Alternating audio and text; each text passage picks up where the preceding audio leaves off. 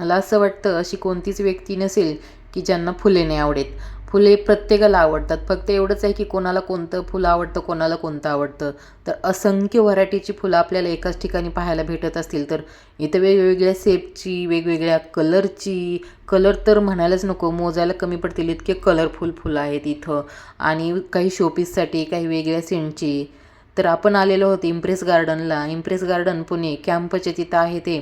आणि इथं flower show चालू आहे. 23 जानेवारीपासून 27 जानेवारीपर्यंत हा शो चालू आहे.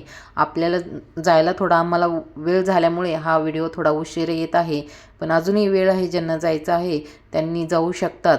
इथं एंट्री तिकीट प्रत्येकी 60 रुपये आहे आणि पार्किंगची पण सोय आहे. तर ज्यांना शक्य होतं त्यांनी अवश्य भेट द्या. खूप सारे व्हरायटीचे इथं झाडं आहेत, फुलं आहेत, वेगवेगळ्या जाती आहेत. झेंडूचे म्हटले तर झेंडूच्या पण खूप साऱ्या व्हरायटी आहेत इथं पाहायला आपल्याला. आणि ज्या कुंड्या आणि जे झाडं आहेत ते जे ठेवून एक साईडनी त्यांना असे वेगवेगळे शेप दिलेले आहेत. मधी पाण्याचे कारंजे बनवलेले आहेत.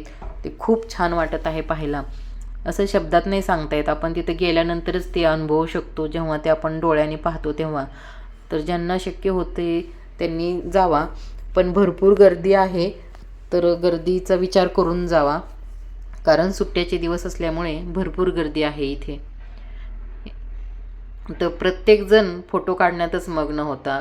कारण की हे डोळ्यांनी तर पाहतोय, पण ते साठवून ठेवण्यासाठी फोटो काढणं पण महत्त्वाचं आहे ना, की नंतर आपण पाहू शकतो की. आणि हे फ्लॉवर शो प्रत्येक वर्षी जानेवारी महिन्यात असतो. प्रत्येक वर्षीच असतो. आता ह्यावर्षी आम्हाला जायला भेटलेलं. हे पहा इथं कारंजे किती छान बनवलेले त्यांनी. आणि वेगवेगळे शेप बनवलेले होते असे फुलांचे. खूप छान वाटत होतं तिथे गेल्यानंतर. एकदम प्रसन्न वाटत होतं. खूप कलर तरी मोजता येणार नाही एवढे वेगवेगळे कलर. आणि त्यांना असे कुंड्यात जवळ ठेवून वेगवेगळे आकार बनवलेले.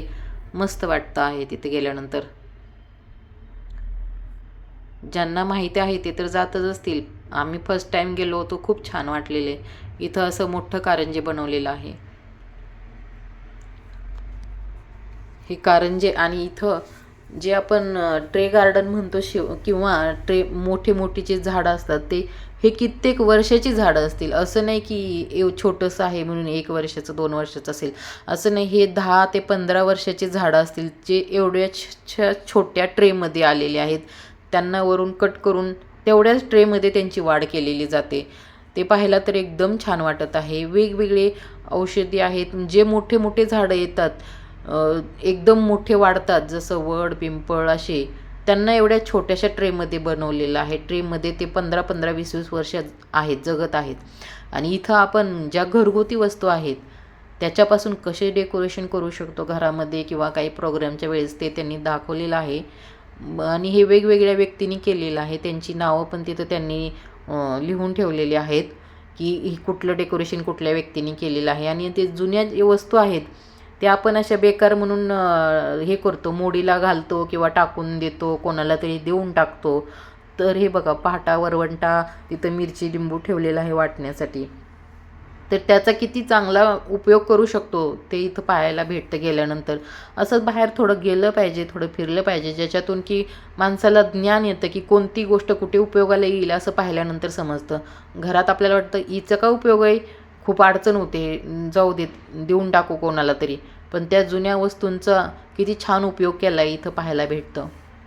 हे पहा. आणि फुलांचे वेगवेगळे प्रकार इथं बांबूपासून बनवलेले आहेत काही फुलांसाठी फ्लॉवर पॉट. आणि इथं गुलाबाचे असंख्य व्हरायटी आहे ठेवलेले. गुलाबाचे फुलं वेगवेगळे प्रकार आणि वेगवेगळ्या जातीचे. आता प्रत्येक गोष्टीची तर माहिती नाही आपल्याला, पण पाहायला खूप छान वाटतं आहे.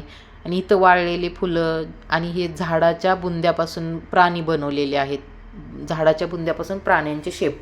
आणि इथं भाजीपाल्यापासून प्राण्यांचे शेप बनवलेले आहेत.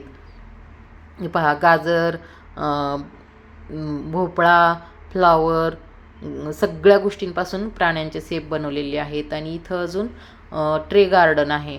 म्हणजे ट्रेमध्येच छोटे छोटे गार्डन टाईप, अख्खं गार्डन एका ट्रेमध्ये बसवलेलं आहे. तर बॉटल गार्डन म्हणता येईल. काचेच्या बाऊलमध्ये पायऱ्या, झोपडी, गार्डन सगळं केलेलं आहे त्यांनी. आणि हे इथं हे कोथिंबीरसारखं दिसते, पण ही कोथिंबीर नाही, फुलांची जात आहे कोणती ती माहिती नाही, मला नाव माहिती नाही, पण खूप छान आहे. आणि इथे पहा इथं कशी हे केलेली आहे की घर म्हणजे बंगलो, गार्डन, हत्ती, पक्षी म्हणजे सर्वच ठेवलेलं आहे. आणि मंदिर केलेलं आहे इथं, साईबाबांचं मंदिर पण आहे. आणि तिथं मातीच्या वस्तू पण विकण्यासाठी होत्या, काही झाडं विकतही आपण घेऊ शकतो तिथून. हे झाड विकण्यासाठी होते, संत्र्याचं आहे, कुंडीमध्ये येऊ शकतं.